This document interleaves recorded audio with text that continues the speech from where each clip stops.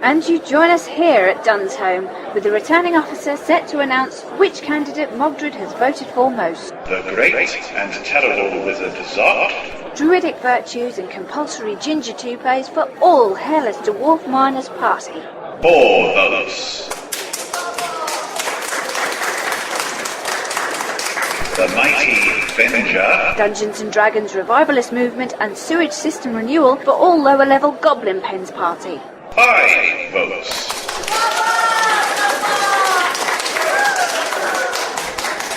Grimaldi D. Grimwald. Green party. 17 votes.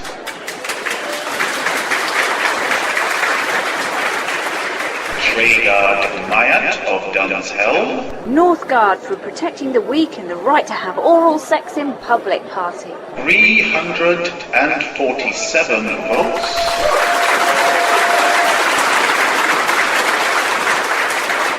Andrew Kenny. Snowy and the Cats musical combo. No votes.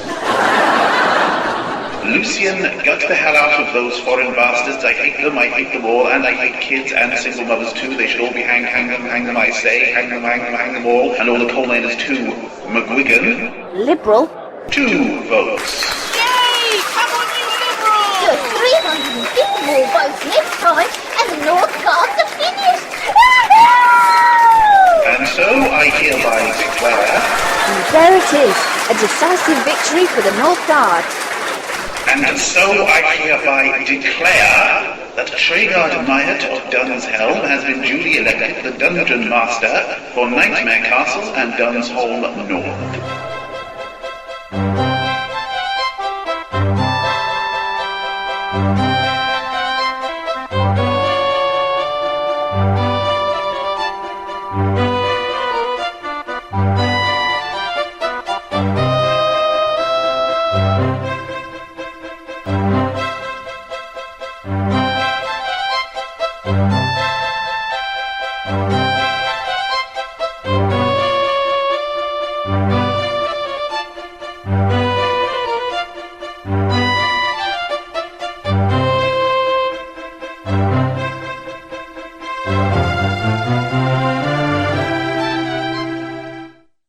Welcome to the Antechamber for Dungeoneering Affairs, Dungeon Master. I'm Bernard Folly. Thank you. And what do you do here? Oh, well, I'm your principal private sorcerer of the Book of Quests and official jester of the Antechamber, Master. Treguard. Master? Treguard. Call me Treguard. Ah, well, that wouldn't be proper. This master-servant stuff always makes my teeth itch. Teeth don't itch, Dungeon Master. They don't have flesh or pores to become irritated by bacteria build-up. It's an expression. I have a name. Use it. I could try, but it would be really embarrassing if I got your name wrong in an unguarded moment. Oh, come now. What are you going to do? Call me Wyatt or something? I mean, who'd say something stupid like that? If it's all the same to you, I'd sooner call you Master. Master. Oh. And do I call you Principal Private Sorcerer of the Book of Quests? Principal Private Sorcerer of the Book of Quests. Bernard will do. Do sit down, please. Oh, thank you. Oh. Is there a problem, Master? Well, that chair. It's a bit ostentatious, isn't it? I mean, I'm only a dungeon master. Isn't a throne a tiny bit excessive? Do you not like it, then? Well, not really. I'd prefer... What you like or don't like is beside the point. You sit down when you're told to. Folly? Yes, Master? The chair just spoke to me, Folly. Yes, Master. Is it supposed to be speaking to me, Folly? Yes, Master. Oh, stop stalling and part those lovely big round buns where they belong, you bearded wazard. There, don't that feel good? Oh, be told, woman. The Dungeon Master is not a woman. What? Oh, no, you mean it's another bloke? Oh, bugger, I was looking forward to having my first ever bearded lady parked on my... Maybe next time, maybe next time. Apologies, Dungeon Master. The throne's only been here a century or so. It isn't properly housebroken yet. Well, I've heard of talking through your seat, but look, I really don't want a throne. Can't you get me a different chair? A swivel chair, maybe? Certainly, I'll send for one. You know, it's often said that there are two types of chair to go with two types of Dungeon Master. One sort of just talks aimlessly while the other goes round and round in circles. Ah, Dungeon Master. Allow me to introduce the permanent source of the dungeon, Sir Hordriss T. Appleby. Sir Hordriss, this is Dungeon Master Treguard Myatt of Dunshelm. A pleasure, Dungeon Master. Welcome to Knightmare Castle. Thank you, Sir Hordriss. Delighted to meet you again. Again? Yes, one met the Dungeon Master earlier this year, when he gave one a grilling on exports of iron from the dungeon, and possible implications of their use in techno-sorcery development. Ah. You came up with all the questions one was hoping no one would think of. Being in the opposition is about asking the awkward questions. And being in the powers that be is about not answering them. Well, you answered mine well enough. Gratified that you thought so, Dungeon Master. Good. Well, anyway, now we're the powers that be. Indeed you are, Dungeon Master. And may one say how pleased we all are to have you here. One must, of course, take due diplomatic care in the way one makes reference to your predecessor, but Lord Fear was the foulest, most tiresome individual one has ever had the misfortune to work with. I don't think I've ever heard a more glowing tribute to the man. He was the one who introduced all this nonsense about mechanizing the dungeon. You mean those spear things run by clockwork and all that stuff? Well, don't you worry. I plan to put a stop to that. There are some new ideas I want to embark on, but not technology. We're going back to pure sorcery while I'm in charge, I promise you that. Ah. Well, one does of course find the idea of putting a halt on further mechanization highly stimulating. But going back, does this approach in any way involve effort on the part of the dungeon inhabitants? What do you mean? Well, removing all the metallic components is an awkward task, Dungeon Master.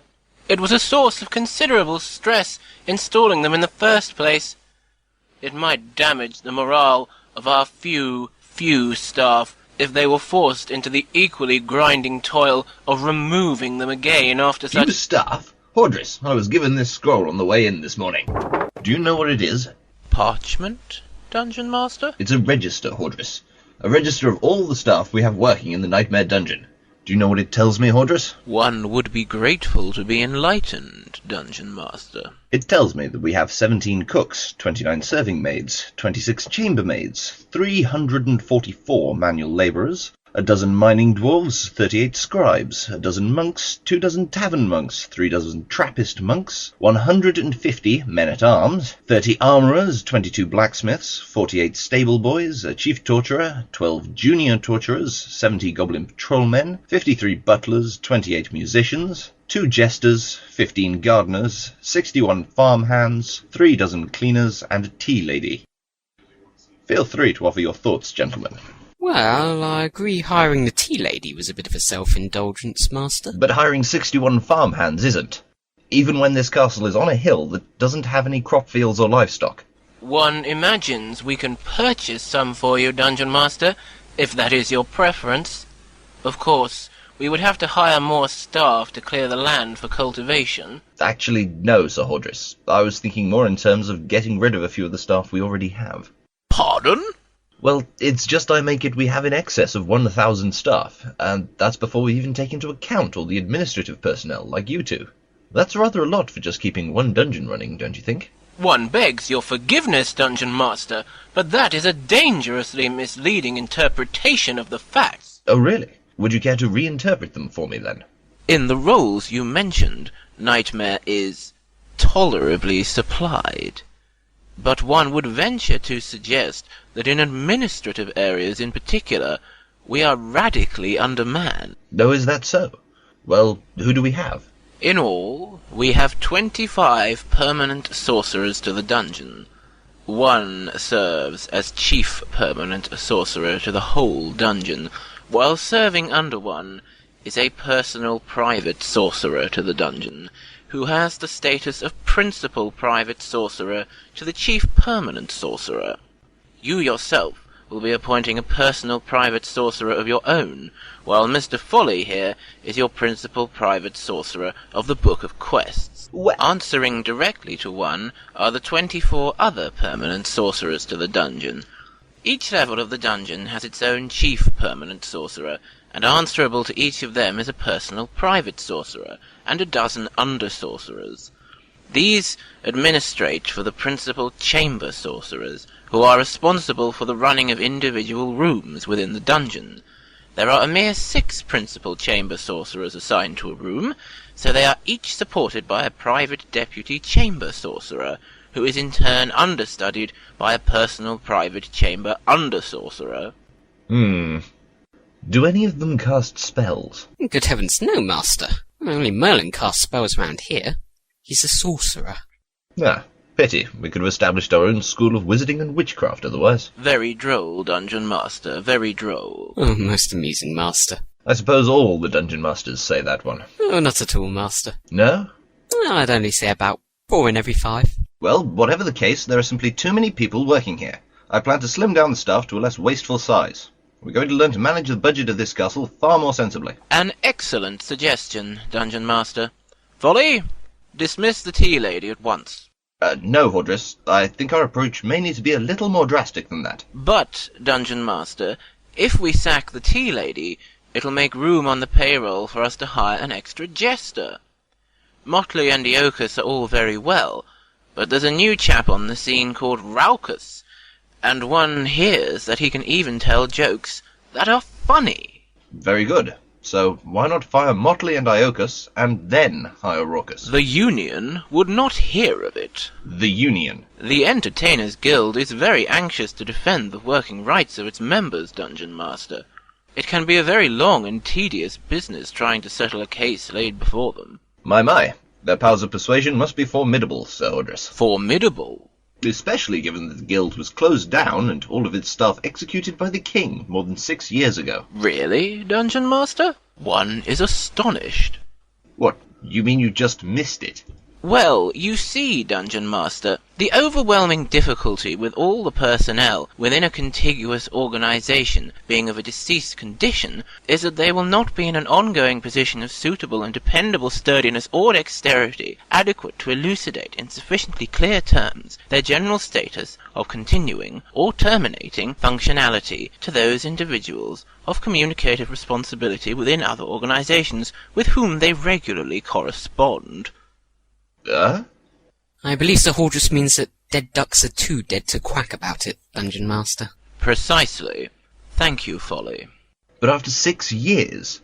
You're honestly telling me you didn't even suspect that something was up after you hadn't heard from them in 6 years? Well, one hears that Motley was starting to wonder why he hadn't received his last 74 monthly newsletters, but we just put that down to the usual delays with their courier service. Have you ever used DHL? I can't say that I have.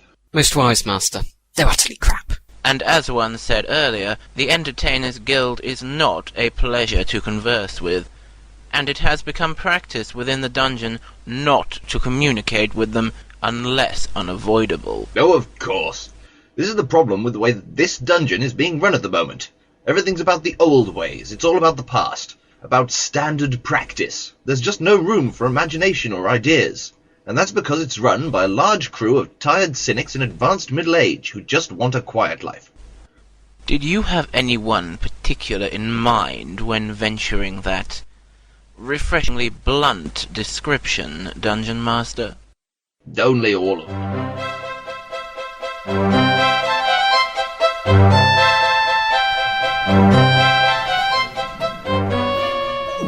So tell me, Hordy Poos, how's the new Dungeon Master shaping up?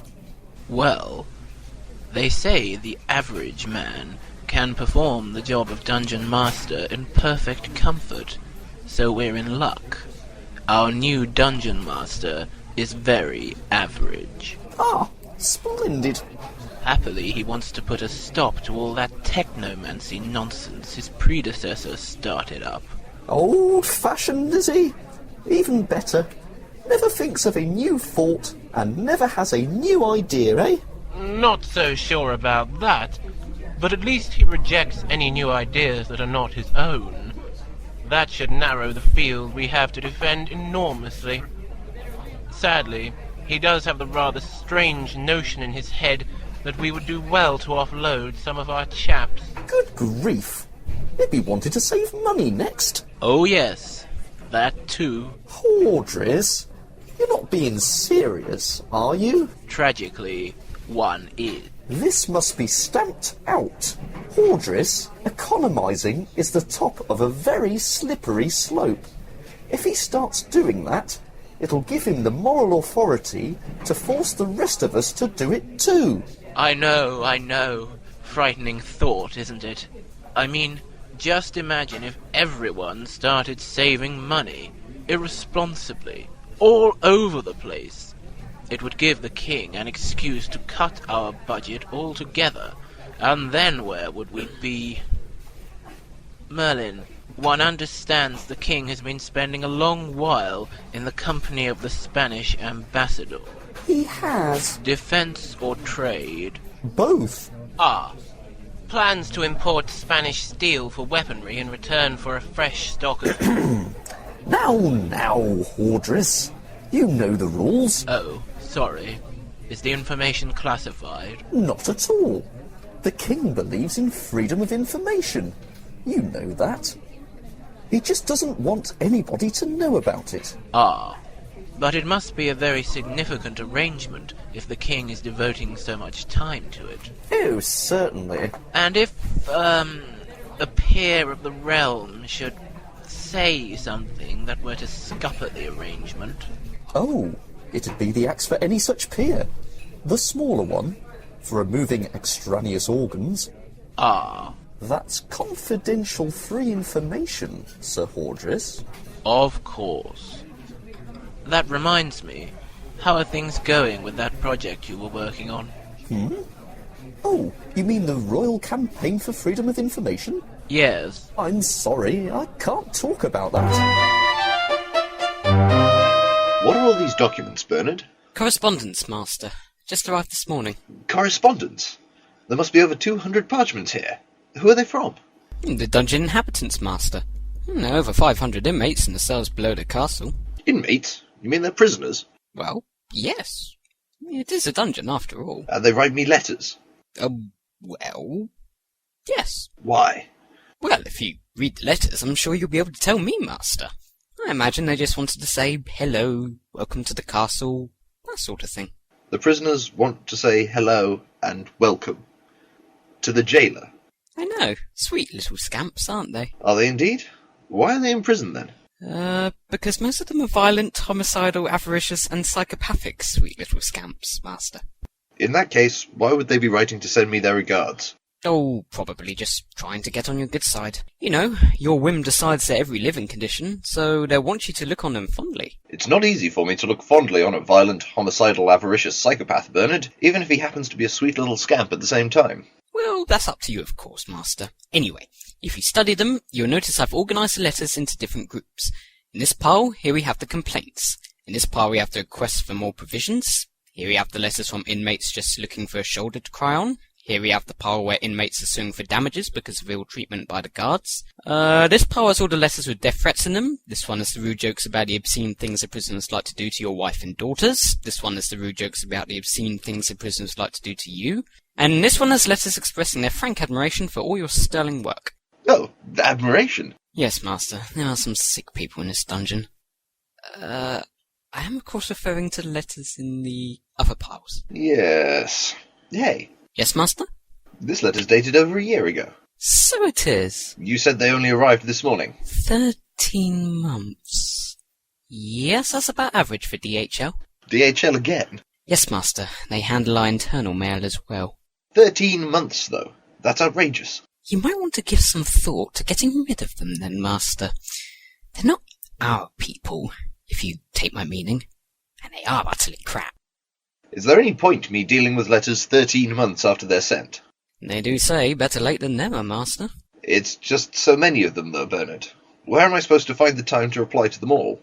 Well, you don't have to, Master. Pardon? You don't have to. You don't even have to read them if you don't want to.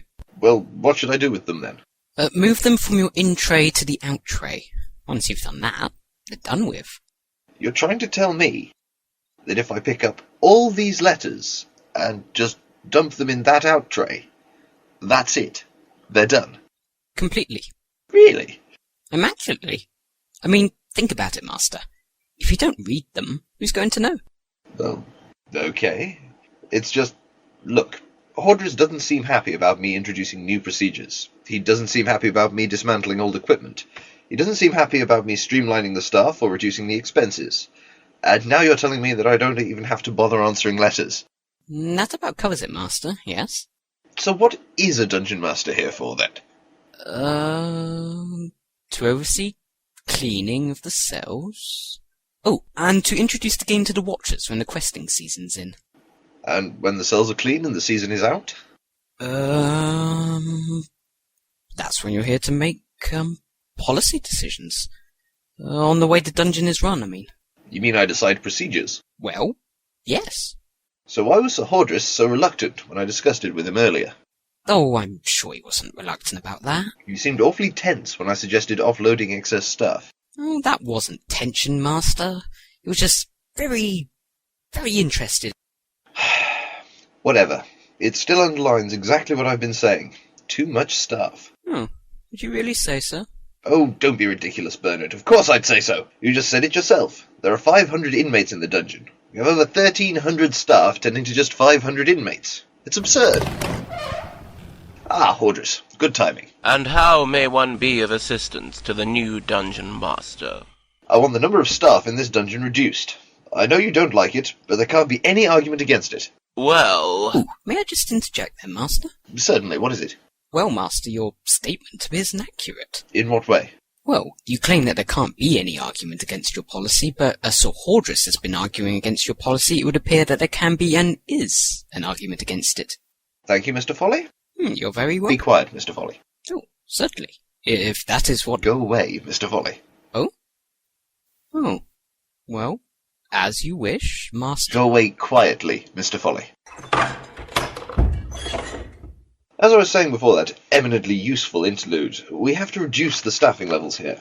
The dungeon is massively overmanned and overfinanced. One fails to see the basis for such a sweeping claim, Dungeon Master. There were smaller numbers in the past, it's true, but the dungeon demands greater numbers as the workload it requires increases. We have hundreds of sorcerers just administrating other sorcerers. We have gardeners when there are no gardens. We have farmers when we don't grow any crops. We have 3 jesters. Do we? So you do plan to hire Raucus, then? Splendid! Why do we need them? Why do we need them? Yes, why? Well, to provide entertainment, naturally. To whom? I've spoken to dozens of people since I've arrived here, and not one of them likes watching jesters. They'd rather be buried alive under 100 weight of Christmas cracker jokes. They are here to perform for the prisoners, Dungeon Master, not the staff. Entertain the prisoners? Why would we throw money away entertaining prisoners? They're here to be punished. Indeed. And can you imagine a more searing punishment than being forced to sit through all 13 hours of Motley's Punch and Judy show? Oh, I see. Actually, isn't that kind of punishment banned under human rights laws? It probably will be one day. To be fair, we reserve it for the more extreme inmates incarcerated on level 3. You know, the multi-murderers and the sexual deviants. What do we have over a dozen torturers on our staff for, then? Oh, they only do the thumb, screw, and rack work, Dungeon Master. They punish lesser crimes. All right, then. And what about the gardeners and the farmers? Well, they're not actually employed to tend lands or fields, Dungeon Master. So why are they here? Many of the level 1 inmates have taken up horticulture as a hobby. What? Horticulture? In a dungeon? It's the damp conditions and the loose soil below the ground, Dungeon Master. The environment is surprisingly fertile, and more than sufficient for the task. A little sorcery atones for the lack of sunlight, so we hired a few gardeners and farmers to help out with it. You persuaded those psychos and kleptomaniacs in there to take up flower arranging? Well, we considered it for some while.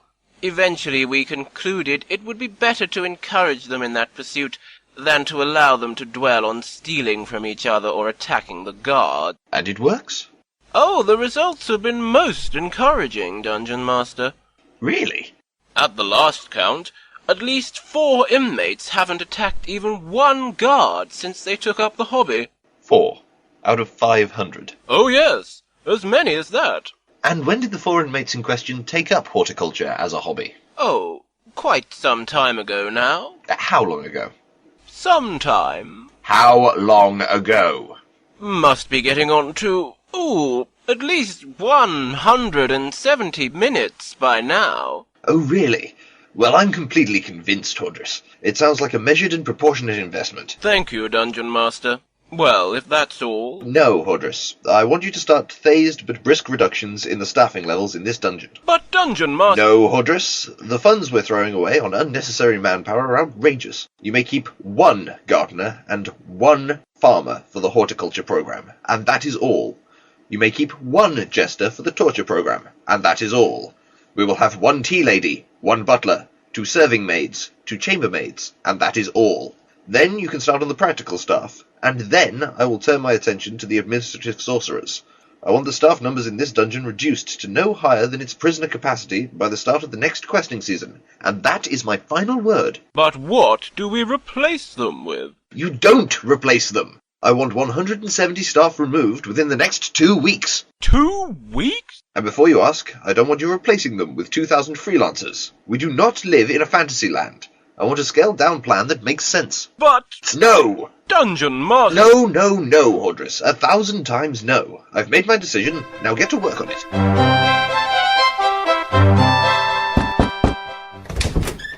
Ah, Folly. You wanted to speak to me, Sir Hordriss? Yes, Folly. We have a serious matter to address. Oh dear. The Dungeon Master is getting in the way. He's what? Getting in the way. And so, we need to get him out of the way in a hurry. Get the Dungeon Master out of the way, Sir Hordriss? Would you, by any chance, be expressing a reservation, Folly? Well, I don't mean to question you, Sir Hordriss, but wouldn't it be rather difficult to run a dungeon without a Dungeon Master? Well, yes. And no. A Dungeon Master is a useful communication point between the castle and the crown, but do you realize what this Dungeon Master is attempting to do? Well, he, appears, to be... He is attempting to take control of the way the dungeon is run. Well, isn't running the dungeon what he's here for? What he's here? Don't be ridiculous, Folly! Running the dungeon is what one is here for. Hosting future television programs and convincing the king to maintain and boost our funding levels, that is his job. Oh. But aren't a few ideas a good thing? Folly, why do you think this castle was built in the first place? To defend the north of England from Scots marauders. No, Folly. It was built to fool people into thinking that the north of England is defended. Fool people? You mean the Scots? Not the Scots, the English. The Scots already know it's not. Do they? They would have to be remarkably dim not to notice the many miles of landscapes for them to march through unchecked between the border fortresses, would they not? Oh yes, I see. Yes, it's to keep all our simple, ignorant little farmers and blacksmiths and tanners and dungeon masters blissfully unaware that our tartan-tammied cousins could pour over the border in their thousands at any moment. Keeps everyone relaxed and able to focus on growing crops, shoeing horses, and paying us an awful lot of money for all the admin. Ah, I think I follow now. But the illusion will only be maintained as long as nothing changes. Change draws people's attention to what is actually happening here. And if his staff-cutting measures are introduced, we won't have enough people to dress up as soldiers when the inspectors visit. Everyone would realize the border is not protected at all because of this absurd preoccupation with change. Heavens, that would be disastrous! Precisely. And change is what the Dungeon Master wishes to set in motion. He's been here one afternoon, and already he's bringing in ideas and initiatives, Ye gods, it's only one step on from here to him introducing repercussions for failure. Think of it. If performance failure and lack of productive work is taken into consideration round here, we'll all be out of a job by 4:40 on Friday afternoon. I hadn't thought of that. No, obviously. The problem is, I get the feeling that he actually wants to run the dungeon. Then stop him, Folly. But how? What do you mean, how? Keeping the Dungeon Master occupied is your job. It's the whole reason you are here. You are in charge of his personal schedule. You need to fill it up. Cram it to the rafters. Give him as much to do as you can find. It matters not a jot how trivial a task you can find for him, how menial an issue you can rope him into addressing. Get him into the dungeon on a works outing. Give him a formal tour of the lower levels. Have him meeting the prisoners. Get him to give speeches to the level 3 inmates. Get him discussing ecological issues with the gardening club. Get him talking wildlife preservation with the Cavern Whites Union. Just keep him busy. Well, in fact, I tried to give him a full itinerary this morning, but he refused. Don't ask him, just do it. He'll just get rid of anything he doesn't want to do. If he empties his diary, fill it up again. But keep him from paying attention to anything important. Pull yourself together. I'll do my best, Sir Hordriss, but I think I need a really big distraction to start things off with. Really? Well now, you may just be in luck there.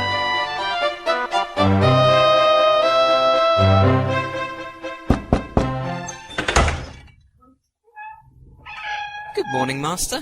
We hope you find your new accommodation comfortable.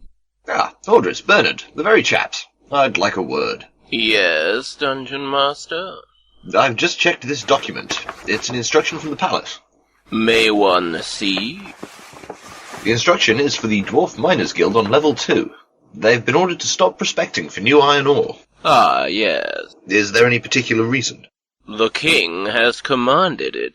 No more reason is necessary, surely. And what are the king's reasons? Of that, one is unaware. One could ask Merlin to contact the king for you, of course, and to explain to him how you feel that his majesty's commands will require justification before you see fit to implement them. No. That won't be... Very well. Then shall we pass the instruction to the miners for you? Not yet. Oh? I'd still like some idea of why the mining is being stopped. We're bound to lose some of our budget if we don't produce any iron. Come on, Hordriss, you must have some sort of idea. One's understanding is that His Majesty is unhappy with the weaponry his army is presently making do with. He is in the market for stronger steel alloys, as our own native iron is quite weak compared with what can be imported from some parts of the continent. That might explain... Imported? The king is ending the livelihood of native miners for the sake of bringing in second-rate tin from abroad? Well... Where's he bringing it in from? Come on! One of the countries is Iberian Spain, one understands. Oh, really? Those Aragons are cornering our market again, are they? One would not care to offer up such sordid and excessively definitive conclusions, or even a prominent conjecture of such profound sensitivity on so unsound a basis of a vague and speculative datum, without enacting a prior integral analysis of wider correlative details, or assessment of variable tangential incidents that may affect an influential, or even, one dare say, a decisive bearing on the proceedings, and or on the motivations of the protagonists, which, given particular but as yet undefined circumstances, could putatively have led to the overriding situation with which we are presently faced, or indeed any other related scenarios that may confront others or ourselves in such unknowable periods of time that lie ahead. Does that mean yes? It means one is unsure, but it may well be their aim to corner the market. And you're absolutely sure that the king is interested in importing steel? That's definitely true. The information comes directly from the Royal Board of Trade, Master. Well, even so, it could be true. It could. Bugger. We need to convince the king that the only way forward is for him to reverse his decision. I'm sorry to interrupt, Dungeon Master, but if you move something forward and reverse it at the same time, it just winds up exactly where it started. Thank you, Bernard. Now, what I was... You see, according to the laws of Newtonian physics, as will be established in roughly 5 centuries' time, two equal but opposite forms of impetus upon the same object simultaneously will merely cancel one another out, and so there will be no amendment to the prior inertia of the object. Whether it be moving or stationary before the two forces impact upon it, that is. It is part of Newton's third law of motion, you see, which should not be confused with his first law of motion, of course, which merely points out that an object will move in a straight line and at a constant speed unless acted upon by an outside force. This being a very closely related physical law in the area of thermodynamics, of course, but not taking into account the key issue of multiple outside forces, or the possibility of conflicting forces operating against each other on the same object, it's quite interesting, you see. It would be best if the king would reverse his decision. Reverse his decision, Dungeon Master? You wish to gainsay the word of the king? No, not at all, Hordriss. I merely wish to raise a legitimate concern in the hope of inviting an honest rethink. Ah, that would be quite different, of course. Surely what we need, then, is support from the rest of the dungeon inhabitants, to lend better weight to our cause. Yes, good thinking, Hordriss. But surely you are not suggesting rallying such support in a public speech, Dungeon Master? Speech?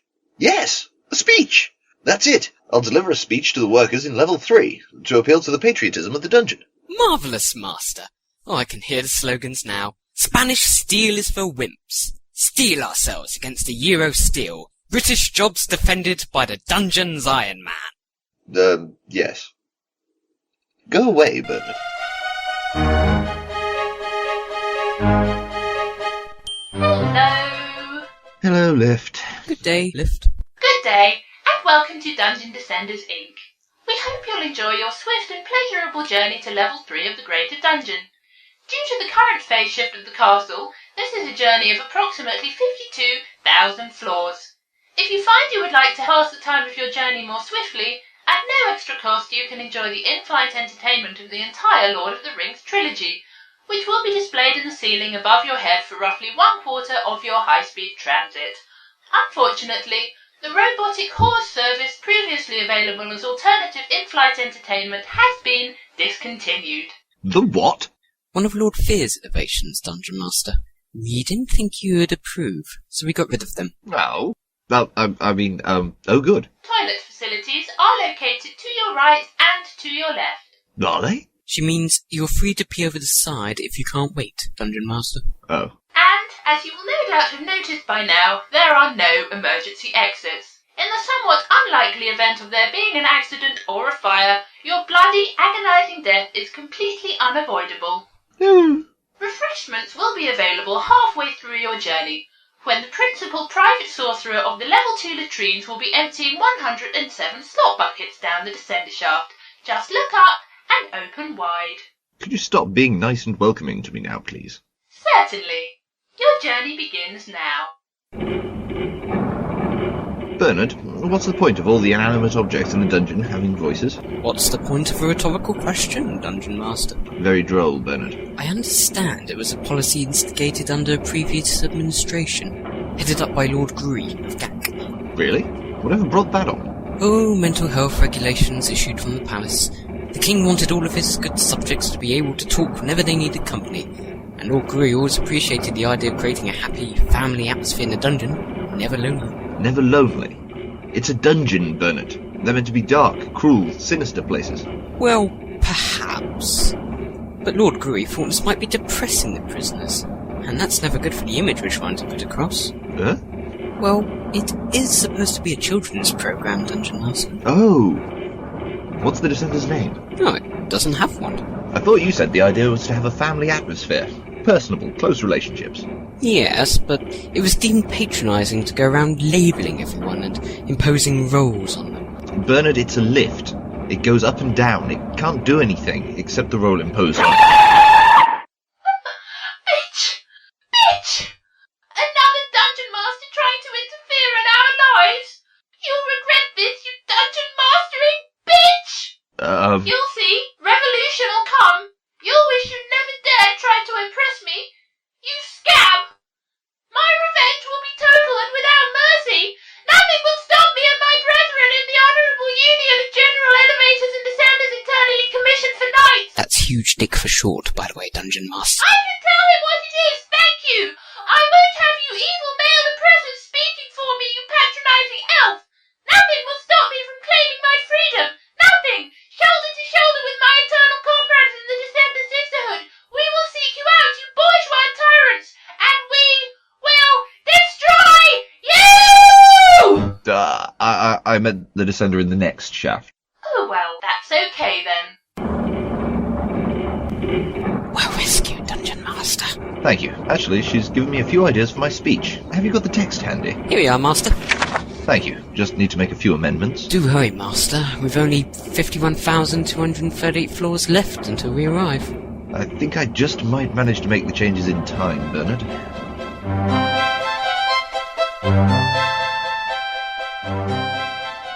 No one is more keen than I on the principle of peaceful and friendly relations with the mighty, merciful, and most noble Empire of Spain. I wish to see sweet England nurturing and developing closer ties with our beloved Hispanic cousins. However, nurturing closer ties does not necessarily entail slavish and non-resistant kowtowing to the evil of the brutal Iberian imperialist bourgeoisie oppressor. We must learn from our dear, yet somewhat vertically challenged brethren in the dwarf mines how to stand tall. And we must teach the Spaniards the folly of yanking the lion's tail in their cowardly usurpation of the livelihoods, nay, the very lifeblood, I say, of our follically advantaged friends. There will be no more kneeling at the feet of the papists. There will be no more worshipping of Latin gobbledygook, not in my dungeon. There will be resistance at all levels of the dungeon to the menace of Hispanic imperialist brutality.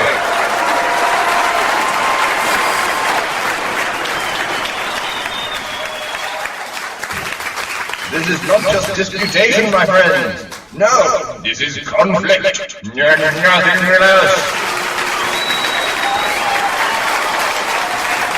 Class conflict, a conflict for justice, for the common man against the oppressive outside power, and a conflict that we are ready to win. This is not just economic war, this is real war.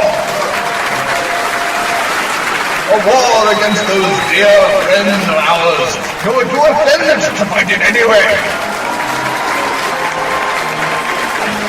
And we shall fight them, my friends. Yes, fight them. We shall fight them in the Vale of Fanburn. We shall fight them on the Dragon Landing Pad. I just thought I should mention that was an excellent speech, Master. Oh, thank you, Bernard. Feel free to mention it again. I've already mentioned it 4 times, Master. I know. And each time you've told me to mention it again. I know. Ah, Hordriss, good. And who is this radiant young woman you have with you? Dungeon Master? Please may one introduce you to Daughter of the Setting Moon, whose eyes are like daggers in the hearts of men who ride the great caravan of the Sultan. Delighted, Miss, Caravan. My calling name Majida, but if you know what really good for you, you call me Your Excellency. Cabisco. By all means, Your Excellency. Welcome to Knightmare Castle. You're my first official visitor since my election. Oh yeah, you win election. Big time deal. Congratulations. And what may I do for you? Her Excellency is the Aragon Ambassador to England, Dungeon Master. The Spanish Ambassador's right hand. She is. You betcha she is, Beardguts. And don't you old gizzers talk about me like I know even here. Apologies, Your Excellency. I'm terribly sorry. What service may I offer the King of Iberia this day? Your resignation would be a good start. Sword through your own throat a good follow-up. I beg your pardon? You hate Spanish, huh? You no like Spain selling to England, huh? Well, like Viper, I spit on you and your soft iron.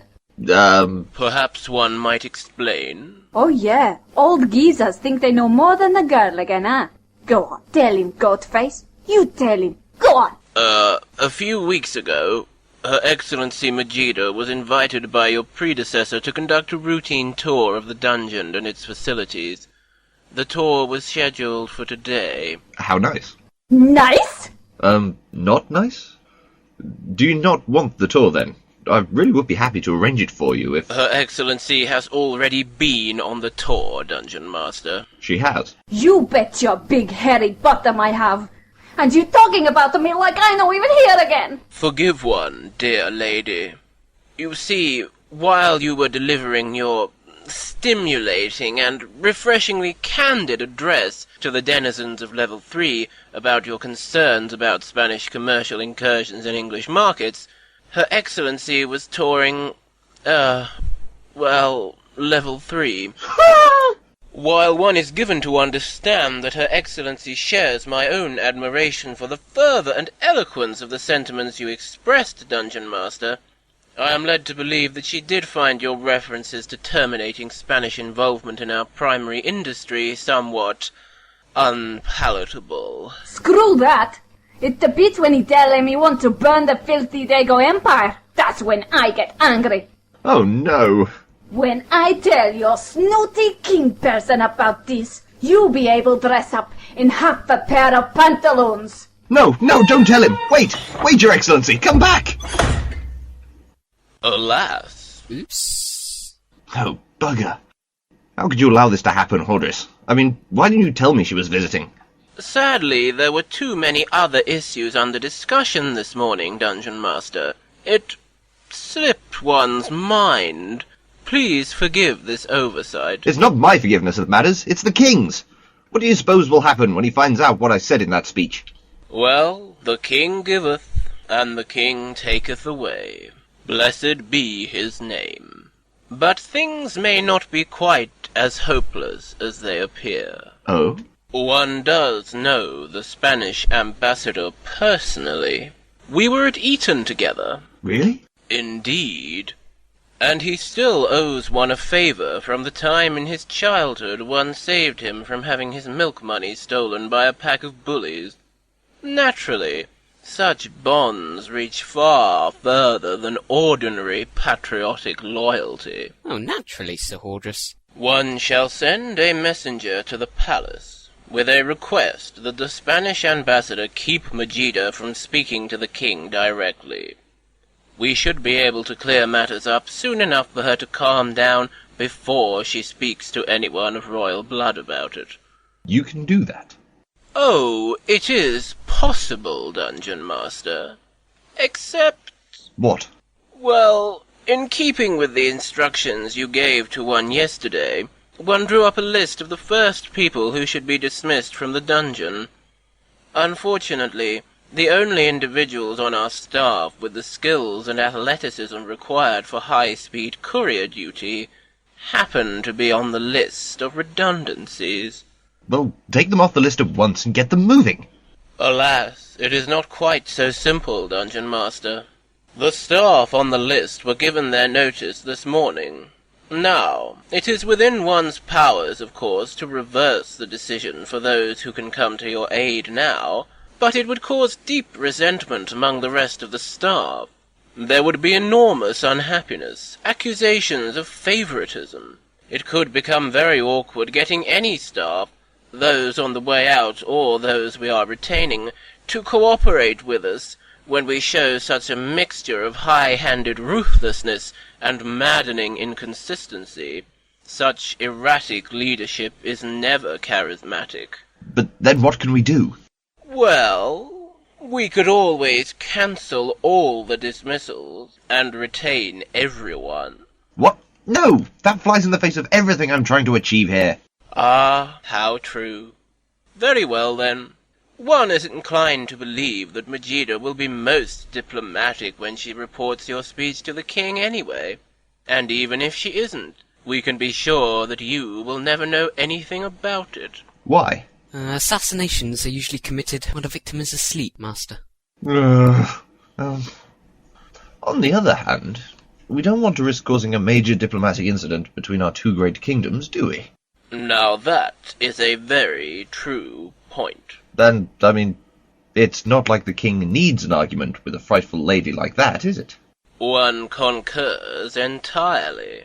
Why, if you think about it, it's almost my patriotic duty to spare him such a headache. Oh yes, absolutely, Dungeon Master.